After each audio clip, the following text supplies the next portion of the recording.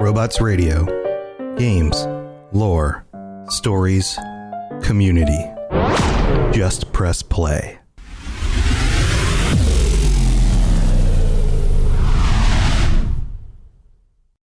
This show is brought to you by our patrons at patreon.com/Elder Scrolls Lorecast. Robots Radio presents The Elder Scrolls Lorecast.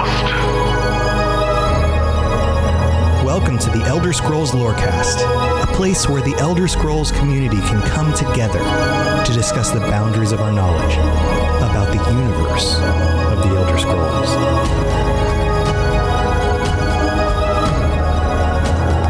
Adventurers, welcome back. This is the Elder Scrolls Lorecast, and I am your host, Tom, or Robots, and I have to apologize first off for missing last week. I don't ever like to miss a week, but things have been kind of a little bit more exciting, I guess you could say, than usually you want them to. That's one way to put it. That's one way to put it around my parts. My father has been in the hospital, and so things have been, like I said, a little bit more exciting. He actually had what was going to be a quadruple bypass became, fortunately, a triple bypass. It wasn't as bad as we thought it was going to be. It was a surprise. He didn't have a heart attack or anything, but the doctors were like, hey, we should probably get you checked out.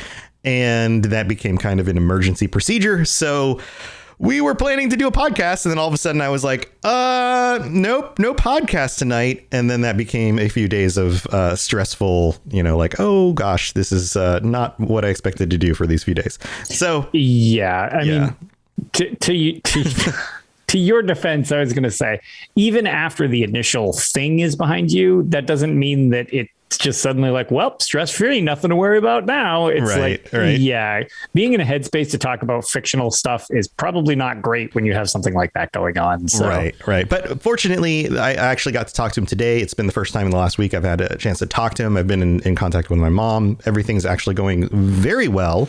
The doctors say that he's recovering very well. He's in rehab at the hospital. They're walking him around. He's out of breath to have conversations and things, but he's doing a lot better. So thank you to all the kind words, all the positive thoughts, all the prayers, all the things that any of you guys have done to say, hey, you're thinking about me or any of that stuff. Thank you very, very much. I do appreciate it. So and for your patience on getting this episode out. Lotus and I were planning to talk about this last week, and we just didn't get a chance. But this is a very exciting episode. We've been wanting to talk about this. So Lotus, by the way, Lotus is here. He's the co-host. Hey, hi Lotus, how you doing? Hey, what's up? How's it going? How's it going? So we were talking recently about the fact that I've been catching up on the stuff going on in the Elder Scrolls Online, and had finished up the previous year of content, and then catching up on this year's content going on for the Deadlands and all that stuff coming up. And so let's just start this off by saying, if you haven't finished up the Dark Heart of Skyrim content from last year, there may be some spoilers. We're not going into the story so much as we're discussing details about what the actual Dark Heart of Skyrim might have to do with the lore and what it could kind of mean. What it could actually mean. So you may want to be a little bit hands off on this episode if that's going to be spoilery to you. If you don't care about that kind of thing and you're just going to work through the content anyway, then don't worry about it. If you've already played through that content, don't worry about it. But just putting that out there in the beginning. That's usually why we wait a good year to cover anything, to give people time to play through that. Also, that content has gone on sale recently. It's been a few weeks since it went on sale. You may have already played through it if you picked it up. So that's the disclaimer at the beginning. So let's dive into this. What is the topic? Well, it's not specifically the Dark Heart of Skyrim. It is what the Dark Heart of Skyrim may actually be tapping into. And that is the concept of the void. Because this is a nebulous concept, Lotus. This is something that a lot of things point to, and we dance around it a lot in the lore. And when we talk about the void, and I just want to set this up because we're going to have to kind of come at this from a lot of different angles. And I've done some more research around this. We've talked about this in a lot of different ways. And at the very beginning of this podcast, I discuss Anu and Padme, right? The origins of everything, and the fact that they came from what seems to be the void, and they were the two personalities, the two beings that emerged from the void, like stasis and this creative spirit and chaos and order, and like these concepts that kind of erupted from the void, and how that may have actually worked. And there's these theories with the Altmer as to this idea of how that may have worked.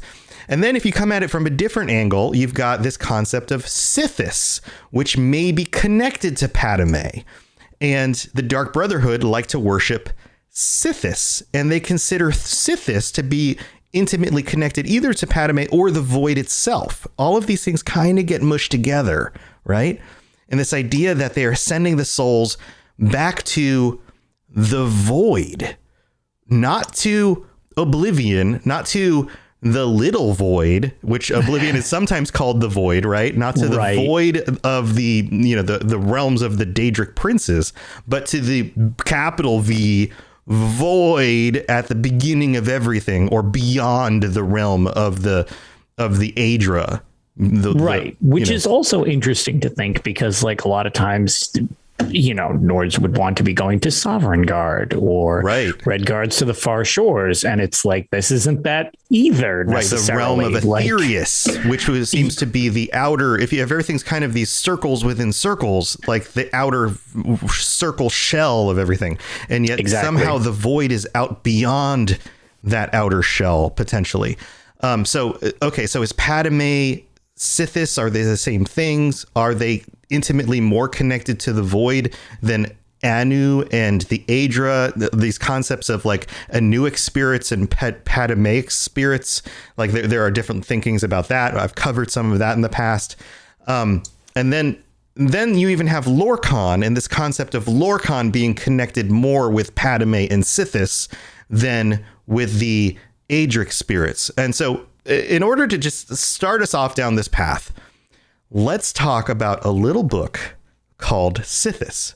And this book comes originally from Morrowind. And so it's got a specific author's flavor to it. One of your favorite authors, Lotus. And I don't know for sure, but when I read this, it sounds a lot like Kirkbridean writing to me. So let's just read through it and let me know what you think. So this is called Sithis, text detailing an apparent connection between Sithis and Lorkhan. Now, reminder, the void spawned Anu and Padme. Padme and Sithis may be analogous. Padme may have spawned Sithis. Sithis may have spawned Lorkhan. We don't know. These are just theories, right? But this document then says this. Sithis is the start of the house. Before him, there was nothing. So in this concept, Sithis is Padme.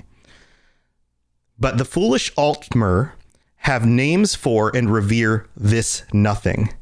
That is because they are lazy slaves. Indeed, from the sermons, this is Vivek's sermons, stasis asks merely for itself, which is nothing. Stasis meaning the void, I believe. That's how I would take it too. Is stasis is like, the idea is unchanging. So it is happy to be unchanging. It wants for nothing, right? Right. Sithis sundered from nothing and mutated the parts, fashioning from them a myriad of possibilities. These ideas ebbed and flowed and faded away, and this is how it should have been. One idea, however, became jealous and did not want to die. Like the stasis, he wanted to last. This was the demon Anuiel.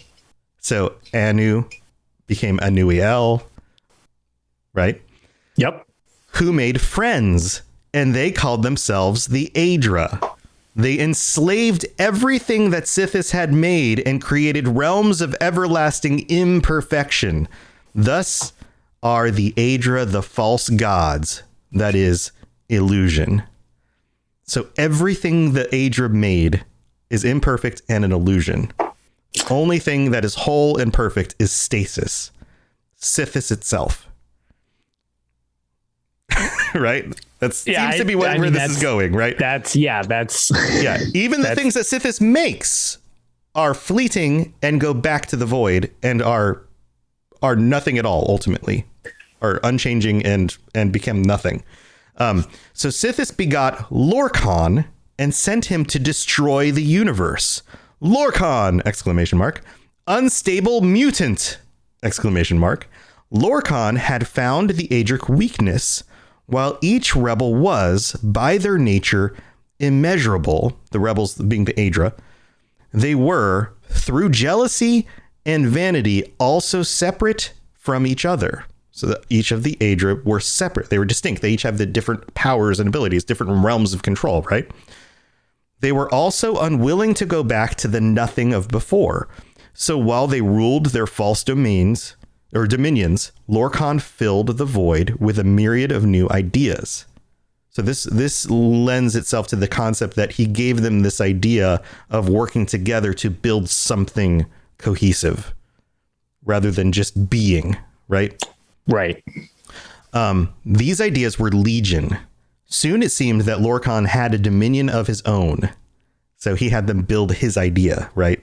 The world, Nirn, with slaves and everlasting imperfections. And he seemed for all the world like an Aedra, right? But he wasn't, because he did not come from the same source. He came from Sithis. This is the whole concept. He's still separate. He's still separate from them, but he is not an Aedra. Thus did he present himself as such to the demon Anui El and the 8 givers as a friend. So Anui El spawned Akatosh, right? Or was Akatosh. This is all very debatable. And the 8 givers, the other Aedra, and seemed as a friend. And then the line, go unto the Sharmat Dagoth as a friend. This is from Morrowind, so this ties into some of the game concepts and ideas. I was going to say, this is starting to get very Morrowindy. Right. And then the line, and this is old Elnofex, probably, and it says A-E, Hermamora. Woo! Forbidden knowledge, probably, right? Yeah, it's got to be the forbidden knowledge area. Yeah. Forbidden knowledge. Altadune, one word, translates to something. Padhome, which probably means Padme. Lacan, probably means Lorkhan. A-E, again, A-E. AI. So let me read that last line again. A, Hermamora, Altadune, Padhome, Lacan, AI.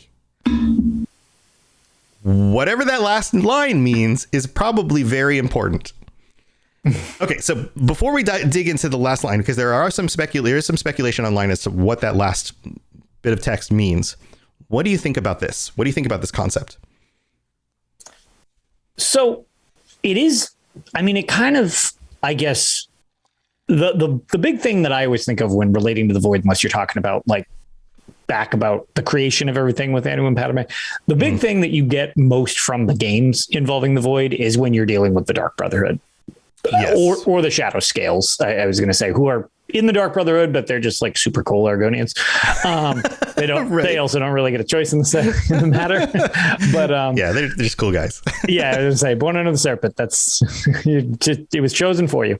But the thing about that, relating to the whole idea of stillness, which I find kind of fascinating, is the idea to the Dark Brotherhood is that their thing is always sending people back to the void. Mm-hmm. And I mean, what is the ultimate way of causing stillness?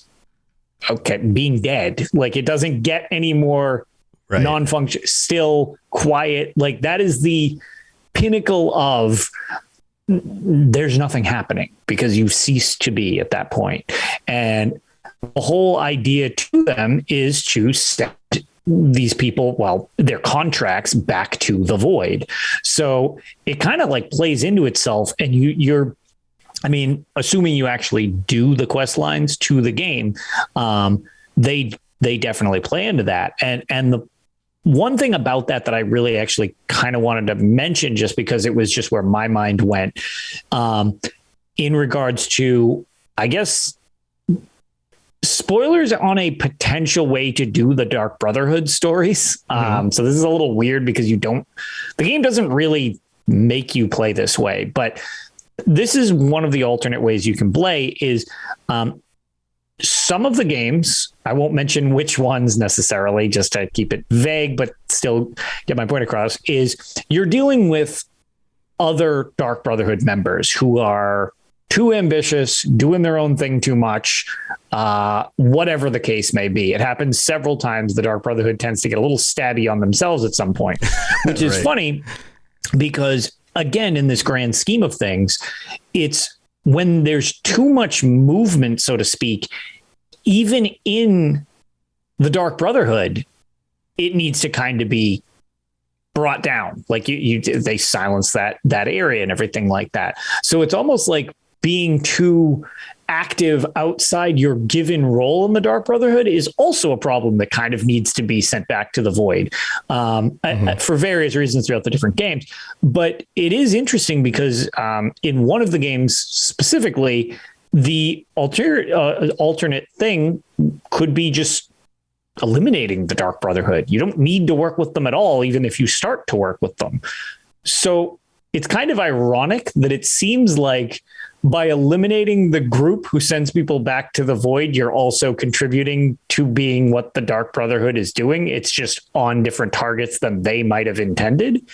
So it's almost like any type of conflict that ends in death, you could totally find a way of bringing it back to this is what Sithis wants. Right. You know, there's almost no way to you can logically talk any situation into it being a benefit to, like, no, this is Sithis' plan. What are you talking about? Clearly this needs to be what happens. and you're kind of like looped into this, whether you try to fight it or not. Right. It all kind of loops back into it. So it's one of those, you can't really prove the thing wrong because it happens to, like anything you do also contributes to it. So it's like a weird self-fulfilling prophecy when it comes to that. Right. My big question is, we know that spirits go back to, I mean, we've talked about what happens to souls. We've talked about we've talked about the spirit railroad communication system, like yes. The previous episode. We've talked about we've talked about souls going back to Aetherius potentially. We've talked about souls being gathered up by different Daedric lords for whatever reason they seem to have a want of them. Right. The concept that the soul actually goes all the way back to the void somehow and gets potentially erased or sent into the chaos and then stillness and removed from it. Like it's a much more erased. Final sounding thing. Mm-hmm. Yeah. Like how that happens.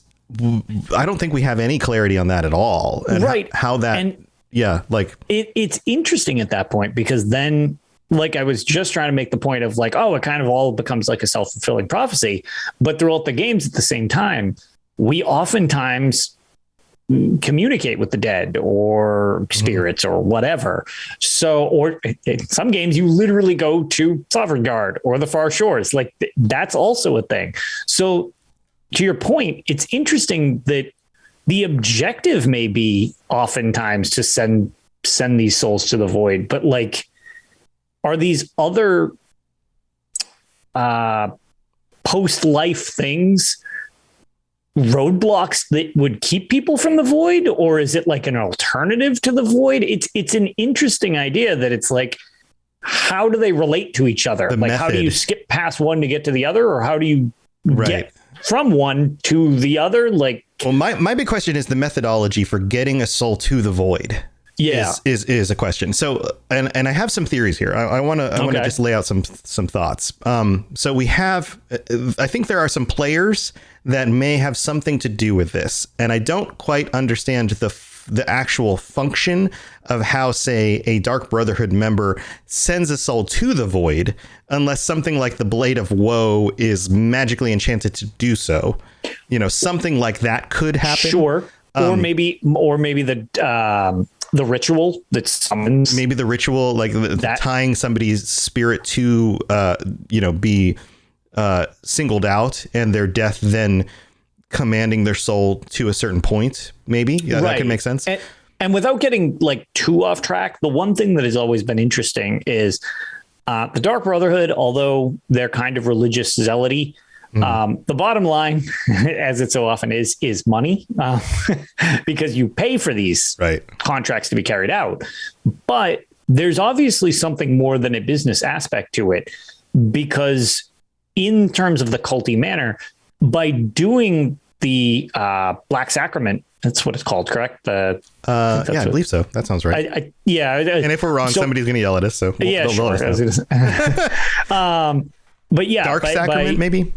Yeah. So by doing the ritual to summon them, it actually summons them. So like they become aware of it. So there's something more than just something. Hey, here's an envelope with a bunch of septums in it. Right. You want to kill this person for me? Like the communication is there without them necessarily needing to communicate in person. Like the signal is sent via some other means because of that ritual. Right. And the concept of the Dread Father, the Dark Brotherhood's the mother, the Night Mother, the Dread Father, they actually do communicate in some method. Like there's something going on there with those figures. Who those figures actually are, there's speculation about that. It seems that Sithis himself is the Dread Father. If that is the same Sithis as Padme, then maybe that's a connection there. Now, who the Night Mother actually is, there's speculation about that as well. So here, I'm going to lay some stuff out because I think this may have some tie-in to the void itself and to the Dark Heart. So let's get into what the Dark Heart is and how that plays out. The Black Sacrament. Thank you, Chef. In chat says Black Sacrament. Yeah, it's Black Sacrament. So there you go. Thank you. Yep. So okay. So this is a summary from the UESP. Go to the UESP.net. They have a podcast as well. It's on the Robust Radio Network. You can go listen to them. It's awesome. But from the article about the Dark Heart of Skyrim, it says here, the Dark Heart, also known as the Frightful Heart, is an artifact associated with Namira. And this comes up during the story quest, but it's not strongly noted, but it is noted through some of the cultural interpretations of Lorkhan, specifically Lork or Lorkage, physically appearing as a sphere of darkness surrounded by a radiant aquamarine corona. It is a piece of primal void trapped on Nirn that warps existence around it. According to the ancient Khajiit, Namira became a shadowy imitation of Lorkhan's heart, while Reach belief holds that the darkness left his heart after his sacrifice for the creation of the realm of flesh. Regardless, Lorkhan's real heart was flung towards what is now Vardenfell and created the Red Mountain, as we've discussed before, while the Dark Heart found its way into the depths of Blackreach and remains under the influence of Namira. So Namira plays a big role with this. And way back when I started this podcast, we had an episode, of course, on each of the Daedric princes and Namira. And so let's remind you guys about Namira, the Daedric prince whose sphere is the ancient darkness. She is also known as the Lady of Decay, the Spirit Daedra, and the Goddess of the Dark. Namira is the ruler of sundry dark, the shadowy spirits, and often associated with slugs, spiders, and other things that inspire mortals with instinctive revulsion through the symbol of a bat is featured on her emblem. The Khajiit believe that all creatures who feed on rotten flesh are her spies. She is the Daedric prince of spirits and shadows, as well as the patron of vermin and squalor. And then it goes on. It says that mortals who became ensnared by this spirit are tortured until they forgot who they were and know only Namira. Ancient Khajiit knew her as an Urdra. Yeah, an Urdra. That's the it's phrase, like an original Daedra. Right. A term also used to describe nocturnal. It implies that the owner of the title is the oldest and most powerful of the Daedric princes. Well, there you go. Interesting, right? Also, Hermaeus Mora is similarly called an Daedra, who is elder than Aedra. Namira's followers and the priesthood of Arkay have clashed in the past. So there are some interesting things going on here. Also, several Reachman clans pay reverence to Namira. Some tribes call Namira the children's god because she is the mistress of small pests. And to the Khajiit, she is known as Namira with two eyes, the great darkness, the eldest spirit, and the void. So we've got something going on here with Namira. It seems to me that she's not just a quote unquote normal Daedra, that there's actually something going on here with Namira. And I wouldn't be surprised. And I do know that there are some theories here that she may be related to the Night Mother.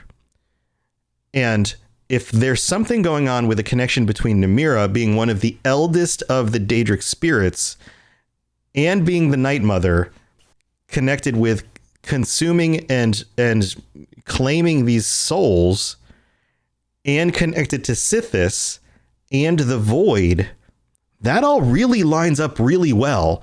And Lorkhan.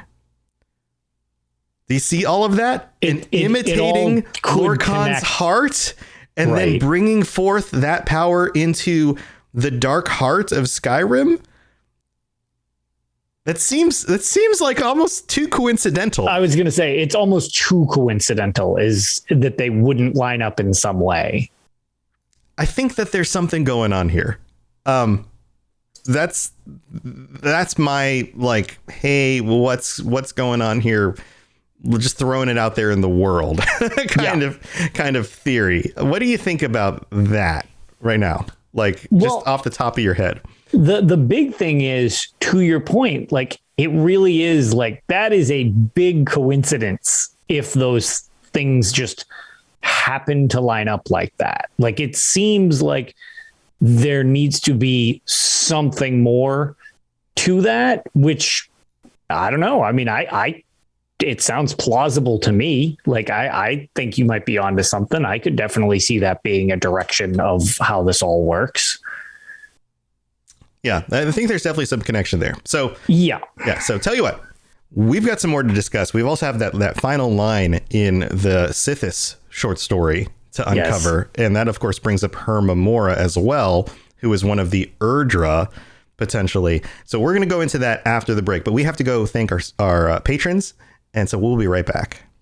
The skies are marked with numberless sparks, each a fire, and every one a sign.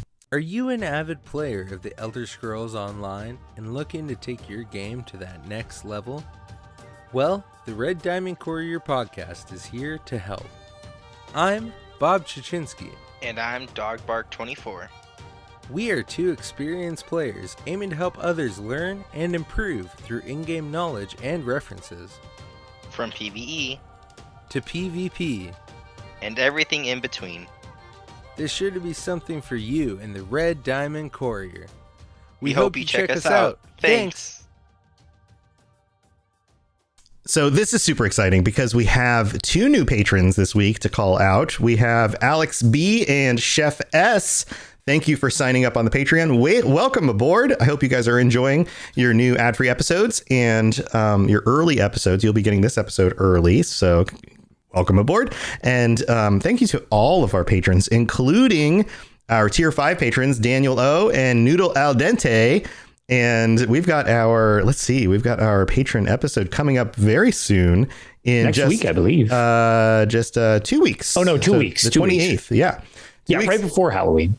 Right before Halloween on the 28th. So if you'd like to join us, then check out the Patreon. And also, if we've done anything to help you get through your workday or your, driving to work or your workout or and I mentioned this on another episode, cleaning of your dog or your werewolf. Because, you have a dog. I have dogs. It's true. She's sleeping in the background right now. Yeah, dogs. My dog had poopy problems today while I was streaming this morning. And I got done streaming. I walked in the other room and I'm like, why does it smell? And I was like, oh, that's a shame. Poopy problems. So if, sometimes you just got to put a podcast on in the background while you're cleaning up the poopy problems. So if we help you out with that, and keep your mind on things that are more interesting to think about than poopy problems, then go check out patreon.com/Elder Scrolls Lorecast, because what a sell. Sometimes you just gotta help a person out. We help you out, you help us out. And by the way, reminder, there's some cool shirts on there that are limited edition. You'll never get them once they're off there. They go out to you guys every 3 months. If you are a patron tier 4 or higher, you'll get shirts. Tier 3 gets stickers.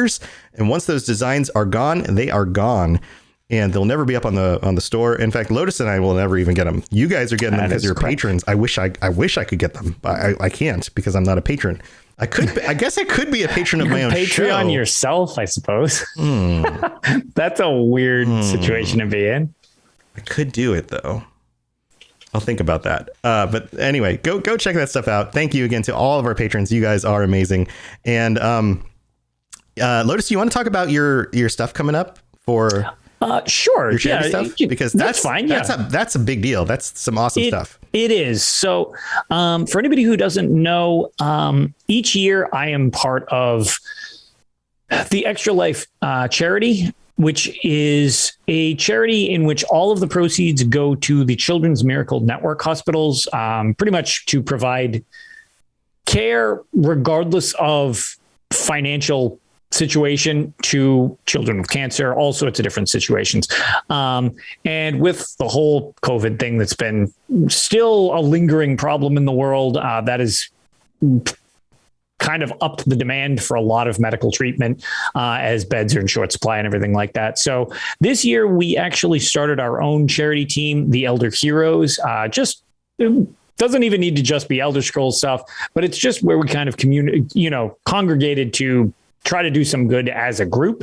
So my portion of the marathon will be kicking off with Tales of Tamriel actually next weekend, October 23rd, in which I will be starting the marathon by doing 20 hours of Elder Scrolls based content on my channel, Lotus of Doom. And I will be starting at 7 a.m. October 23rd. And we will be relaying throughout the team until Monday morning at 3 a.m. So all weekend long, there will be, all weekend. And I know one of my buddies, Lickrick2345, as well as Ark, have, more interest with other stuff as well as Elder Scrolls. So if you're on the New World interest thing, I'm sure there will be some of that after my section of it as well. So if that's of interest to you, we'll have giveaways, and the creative director, Rich Lambert, will be joining me for a portion to do dungeons or trials or something like that on Saturday. But yeah, that's coming up, not this weekend, but the following one. So very exciting stuff. We've actually almost hit our first goal of $1,000 for myself and the Tails tag. And we haven't started the marathon yet. And as a team, we're actually only $111 away from our $5,000 goal already. Man, wow. So it's going very well, and we haven't even kicked off most of the people's marathons. So very excited. Even if you can't donate, don't feel like you can't help. If you have the opportunity to just leave a tab open for us while we stream, it actually makes a pretty huge difference. Generally, my own channel, I have no schedule, so to speak, really outside of the podcast. But during this, the more eyes that you can get on the marathon, the more likely somebody who is in a financial situation to donate can donate. So if any of you are free and around that weekend, have internet access and wouldn't mind coming by Lotus of Doom on Twitch, hang out, maybe win yourself a prize of some type. We have all sorts of goodies that we're going to be giving away when we hit milestones and everything like that. And obviously, if you can donate, that's awesome too. So very excited for next weekend. Yeah.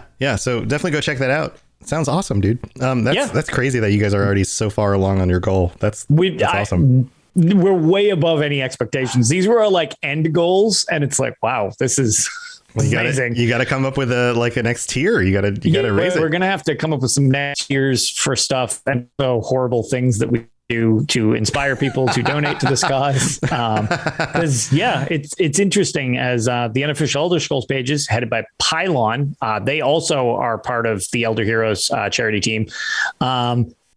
Neither them or us have even had our marathons yet this year, and we're almost at our goal. So it's like, yeah, we're going to need to get a bigger goal. You guys are all too generous. That's awesome. That's a good problem to have. We set our sights too low, apparently. So we'll just adjust.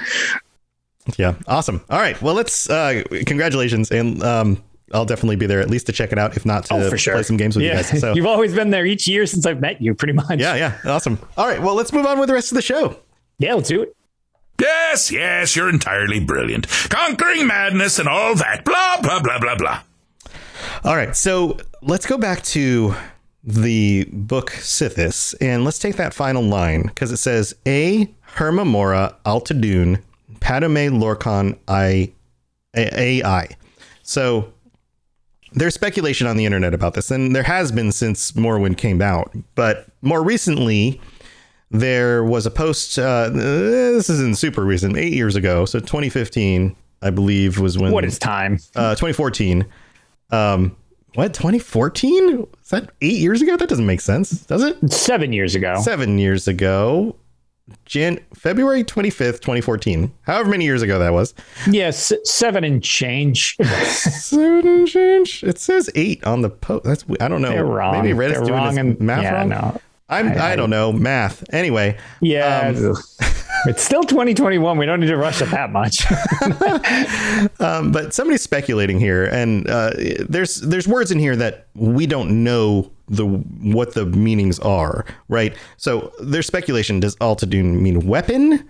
So Hermamora can translate to hidden knowledge, right? Forbidden hidden knowledge. That is the weapon of change. Lorcan, that is is maybe what that means. Okay. So forbidden hidden knowledge, that is the weapon of change. Lorcan, that is I. Okay. Maybe that means something like that. I'll allow it. That's coherent. Which, myself included, sometimes when you come up with a theory that you don't even get past that hurdle. So like that is, okay. All right. I mean, I'm not, that doesn't seem necessarily like something I'm like, no, I absolutely not. All right. I'm down with that. I can see that. Okay. So there's also some other potential translations here, because people are trying to figure this out in the post, right? So another concept is the hidden knowledge is the weapon, and then Padhome is often connected to the symbol of the scarab. So hidden knowledge is the weapon of the scarab, who is I. Okay, so then people extrapolate, well, what about this connection of Lorcan is the scarab, the species of the dung beetle. There's some connection to this. Change equals Lorcan equals the scarab. So hidden knowledge is the weapon of change / the scarab, who is I. So this gets into the concept of the representation of the dung beetle pushing around the ball of dung. Right. The scarab pushing around the ball of dung, right? This concept of the scarab is the antithesis of the dragon. Yeah. All right. I see where this is going. Where this is going? Do you follow? Yeah, I see where we're going with that, where it's, all right. That one seems like a little more of a stretch, but I mean, again, there's enough connection to scarabs in lore as is, that it's like, okay, I could kind of see that connection being made then, if that's the case. That's still somewhat plausible. I'm definitely more of a fan of the first one so far, but right. And then people talk about how like the Lorcan, the N in Lorcan represents the new man, the Admoran man, and then the representation of Lorcan being pro-man. Man is the representation of change, which is bringing down the concept of the world as designed by the Aedra and the elves. Okay. Right, and all of that. This all kind of works into breaking the cycle. Sure, where's the Myrrh trying to maintain the cycle type of deal. Right, all of that whole concept thing. So this whole idea of Lorcan trying to destroy that which the Aedra created in order to bring things all back to the void again. Okay.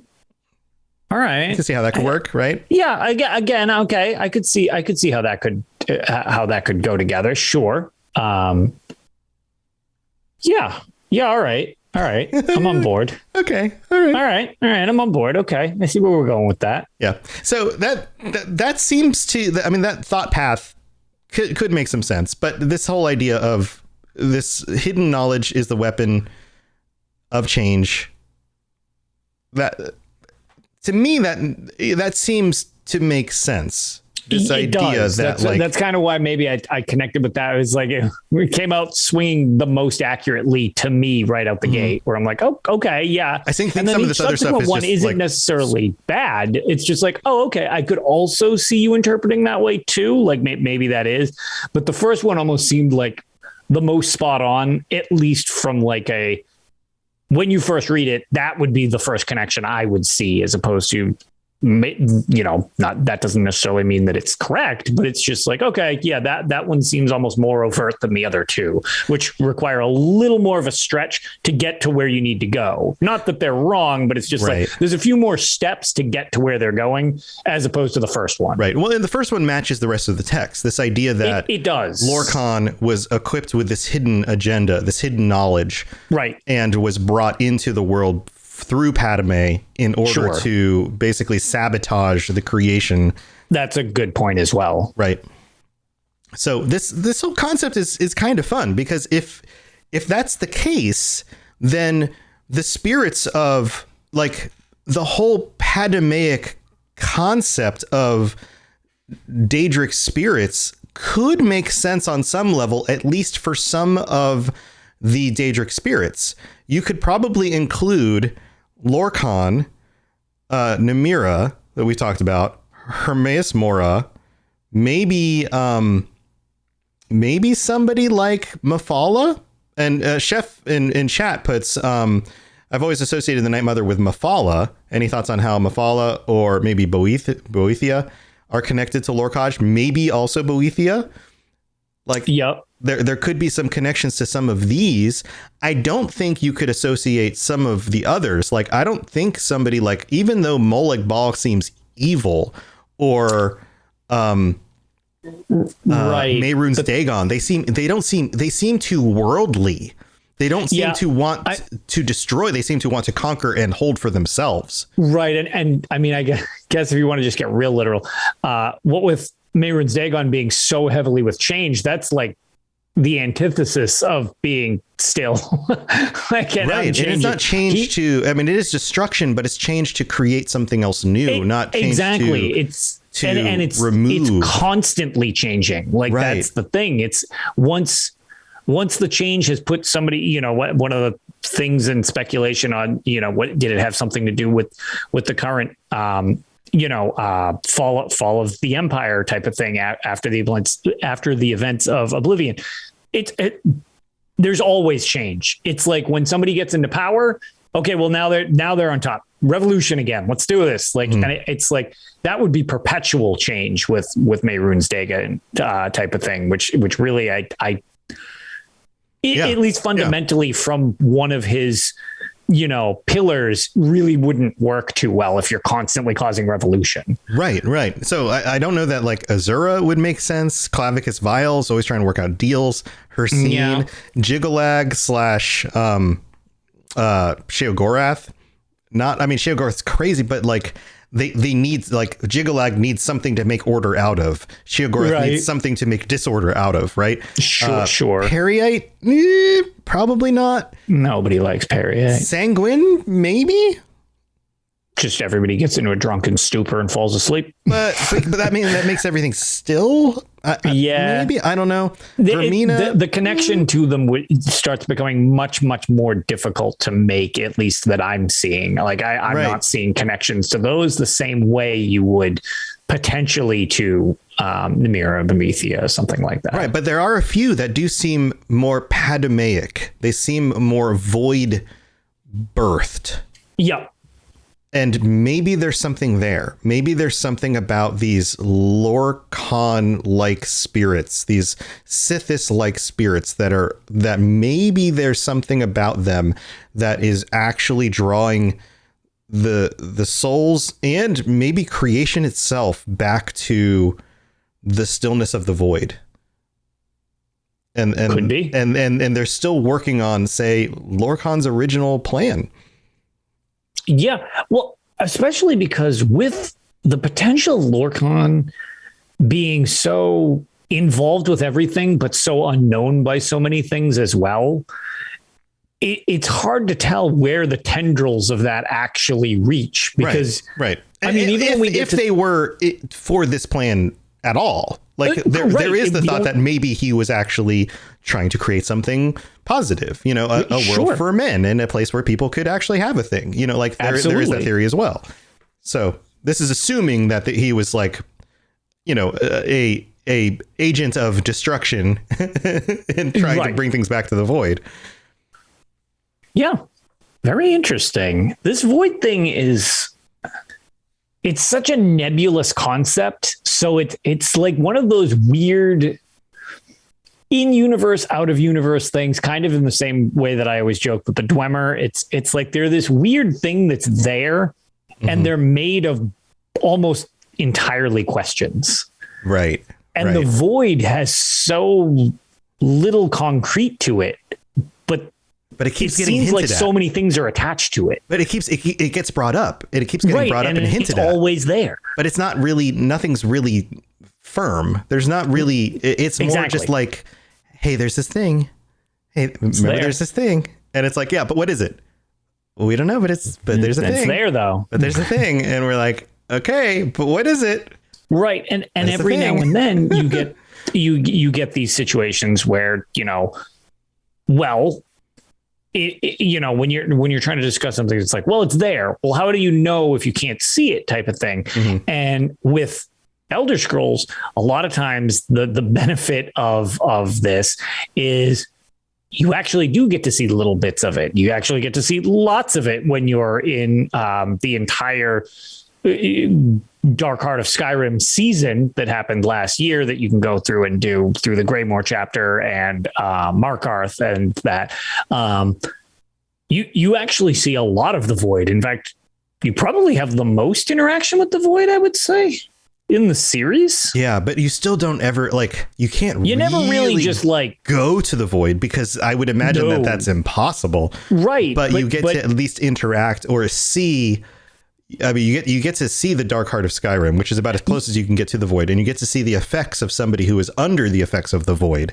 And you kind of see these while you're down in Blackreach, and you're kind of in these areas that have been either not discovered yet, or they're you know, it's the vampire clans like working with different things down there. You start to encounter these rifts that seem like they're actually the void seeping through with what they're doing, which is like, okay, this is there's a lot of something here, and it's tricky to put your finger on exactly what is happening concretely. Right. Yeah. So a lot of speculation. So again, this is another one of those topics that we don't really know for sure what's going on. So if you have thoughts about this and other references you want to share with us, please feel free to share them on the Robots Radio Discord. We'd love to see your posts on this, or, you know, tweet at us with some thoughts. We'd love to see that stuff. There's a lot of cool stuff that you guys can share with us about this stuff. Also, I had another thought and it flew out of my brain. Chef in chat wrote, just found the time Lorcan was referred to as the Scarab by Boetha, and reference was made in the Cloak of Dirt being Mundus. It was in a sermon 10 of the 36 lessons. The 6 lessons of Vivek. That's actually a really good find, because when they mentioned that in chat, I was like, that does sound familiar, but I had zero references to why that sounded familiar. That's perfect. Yeah. All right. So sermon 10 that sounds like a Vivek. I think, yeah. So yeah, cool. Well, please share that stuff with us if you have any thoughts on what this could actually mean.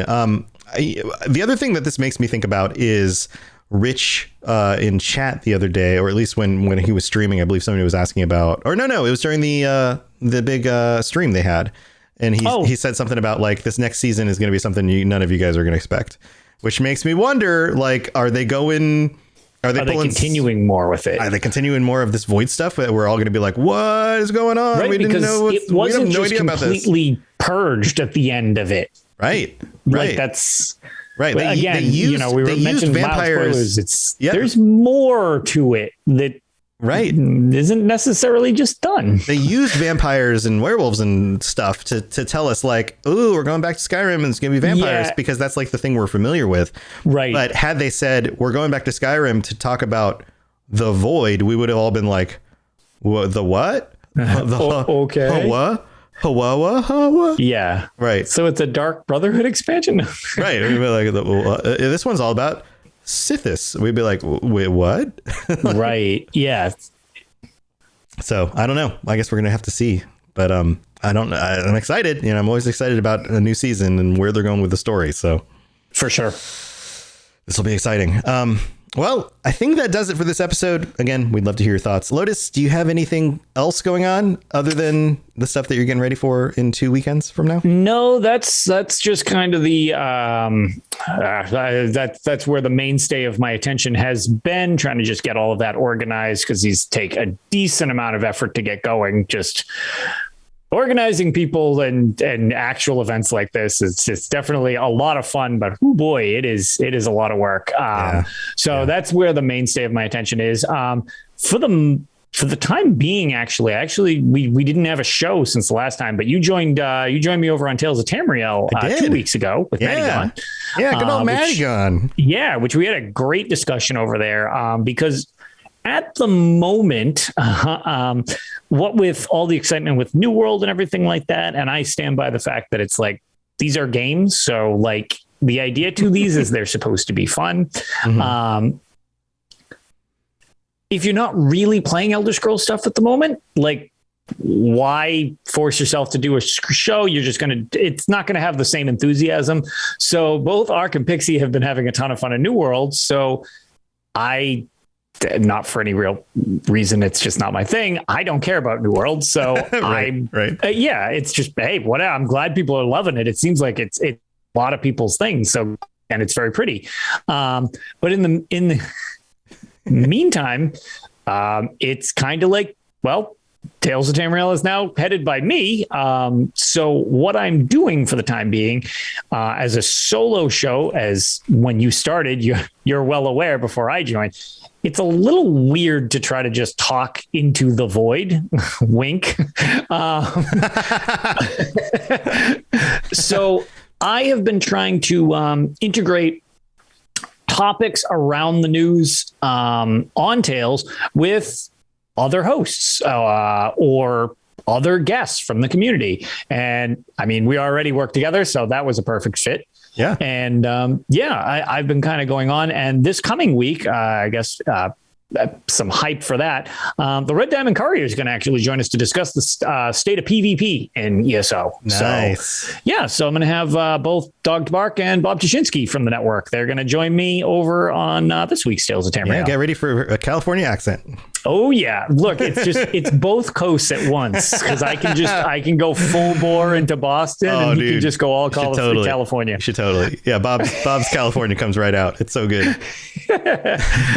But so that's really it, other than my organization of the upcoming charity event. Yeah, dude, that was so fun. We had a great conversation. That was great. Let me know if you want to, if you need another guest host, happy to come by. I was going to say, rest assured, having another experienced podcast host, that's why you and Pylon are great fallbacks, because you're really good at helping organize the thing. Uh-huh. So that's it provides a more natural flow, which helps. And that's the other benefit. There's so many people in the community that have experience with this too. Yeah. So like matching you, I mean, Maddie's like a natural because he streams so much, so he's used to it. Like, you know what I mean? It's like it's great. Yeah, keep a conversation going is for sure. Being in front of an audience and keeping a conversation going, a flow of thought thing when you have to fill time and make it interesting is important. Absolutely. Right. And don't get me wrong, podcasting isn't like hard necessarily, but like streaming in this, it's always joked that it's slightly easier than it looks. Yeah, but you still have to practice it. Yes, there's a lot that go behind the scenes to prevent things that you will, and everybody has their own natural things that they do. Right. Mine is a huge one of preventing myself from getting a explicit rating on pretty much anything I do. Yeah, right. Yeah, a lot of people try podcasting and they don't realize how hard it is until they actually do it. And then they're tricky. like, I didn't realize how many times I say and and I didn't realize how much of a gap there is between when I say things and I just stop. And it's like, yeah, you have to pay attention to how you speak and what you say. It really does matter. And it comes down to practice. Like, yeah, that's just it. It's like, and it's really hard to ever completely fix it, and you just get better at it. Right. So absolutely. Yeah. Well, let me know. And speaking of Bob, he jumped into the Back for Blood game recently, and I've been playing it a ton since I picked it up early because you could get in if you bought like the deluxe edition. And I was like, it's basically Left 4 Dead 3.0. It really just looks like Left 4 Dead 3, but it is way better than Left 4 Dead. And I could go on for another half hour about why it's better. A lot of people are like, oh, it's not as good as Left 4 Dead. No, it is better than Left 4 Dead for a number of reasons. And I loved Left 4 Dead. So it's hard. It's hard for me to be like, no, this is actually better than Left 4 Dead. It legitimately, I've played over 20 hours at this point. It is legitimately better than Left 4 Dead. When did that game come out? It came out like 2 days ago, but this is what I'm saying. Hold on. Wait. I picked it up like Friday or Thursday because if you picked up the deluxe edition, you got it early. You got to play early. Okay. And the deluxe edition came with like the first year of content, all the DLCs and stuff. Oh, and cool. I knew I played the beta. I knew it's rare that I buy a game early, but I knew I was just going to buy it all anyway. And it was worth the money. So I was like, I get to play early and get all the extra content. So I just did it, Makes sense. I've been playing it. I put up a sniper build on my YouTube video. I've been playing it in the mornings when I stream. So I'm looking for people to play with. And Bob's like, yeah, dude, I'll play with you. And I was like, awesome. Yeah. So Bob and I are going to be playing tomorrow morning together. Cool. I'm looking for other people to play with me. I'm also, since I've been streaming in the morning, I'm looking to, this is my new goal. People have been hanging out with me. It's so much fun playing games and just hanging out with everybody in the mornings. I've been playing and streaming every weekday morning. It's awesome. Today we got up to 19 concurrent viewers, which is great for my stream. Like that's nice. Awesome. So when the Twitch leaks, words are hard. When the Twitch leaks went out and everybody saw how much all the streamers made, and they were like so surprised, even though all you have to do is count up how many subs they have, which is public knowledge, and multiply by $2.5 or $3.5. Yeah. Right. And it was like, well, duh. The other information that went out is some of the code behind Twitch. And one of the streamers who was a coder found that there's actually code in there. And it shows that the platform doesn't really help promote your stream until you have a higher than 25 concurrent viewer average. Oh, interesting. Yes, which makes sense because something like 95% of streamers don't hit that average.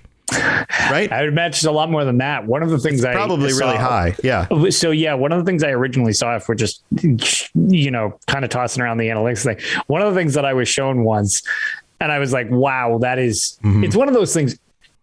Anecdotally, things seem totally different than they are statistically a lot of times. Statistically, yes. And I believe it was actually 90. Like if you are in the top 5% of streamers, that means you have more than 5 average viewers. Yeah. It's something huge like, it's because so many people just try it and then they never put any actual effort and they never actually take the time to do it. But yes. So you're probably in the top 99% if you have more than 25 concurrent viewers on average. Right. And this is on average. So this would be like multiple streams over weeks and weeks and weeks and weeks, average 25. So that means some streams you have 20, but some streams you have 30. Right. So anyway, this means that they're only promoting streams that have 25 or higher concurrent average viewers. So these are people who have done it for a while and are really doing well with it.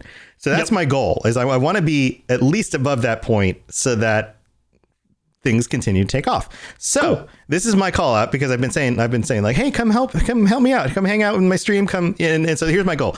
If you're really good at lurking, if you're somebody who goes to work in the morning, and I'm usually streaming by 8:30 in the morning every weekday, and you've got like an extra monitor up or something, or just your phone on your desk, just pop in my stream. Come on over and lurk. And here's what I'm going to do. If I hit an average of 25 concurrent viewers for a week straight, I will do a video game giveaway, and we're going to pick a winner, and I'm just going to give away whatever game the winner wants. So if you want to jump into New World and you haven't done that yet, you want to jump in for Backward Blood, if you haven't picked up ESO or Fallout 76 or whatever game is out there, or some brand new game coming out this fall, because there's a bunch of awesome games coming out.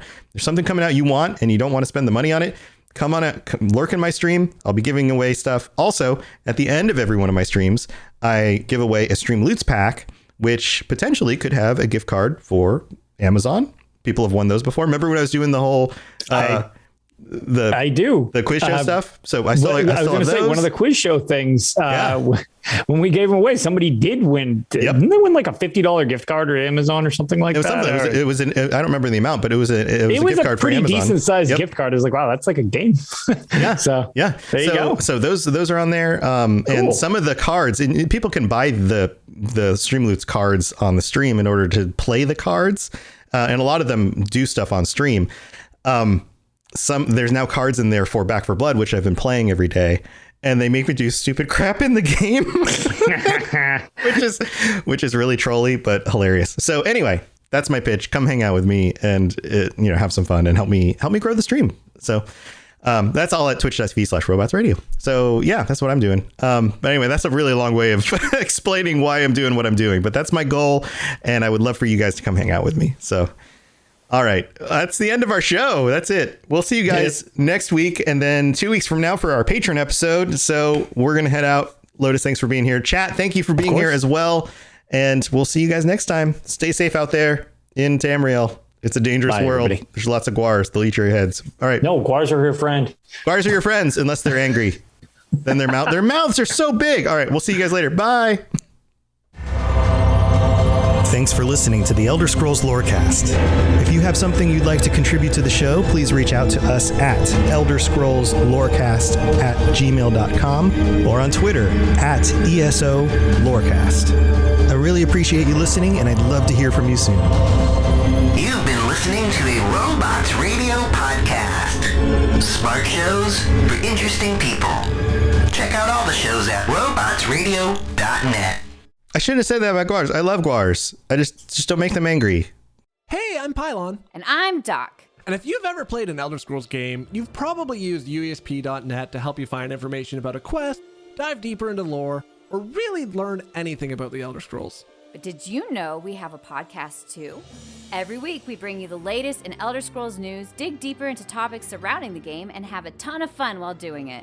You can find us on your favorite podcatcher by searching the unofficial Elder Scrolls podcast. Can't wait to see you all there.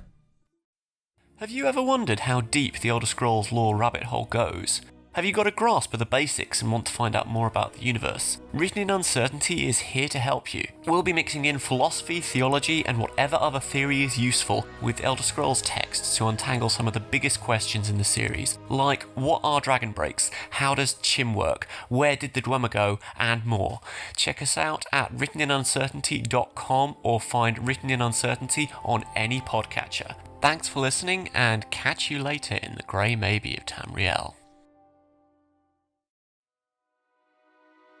Once upon a time, 27 years after the bombs fell, there were two people, a vault dweller and a California girl.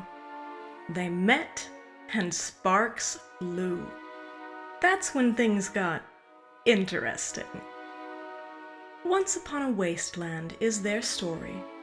Follow Elizabeth Kirby and Odessa Valdez as they pursue their happily ever after in the post-apocalyptic Appalachian wasteland of Fallout 76. Available on Spotify, Apple Podcasts, Stitcher, and many other podcasting platforms. Once Upon a Wasteland, a Fallout 76 love story. Available now.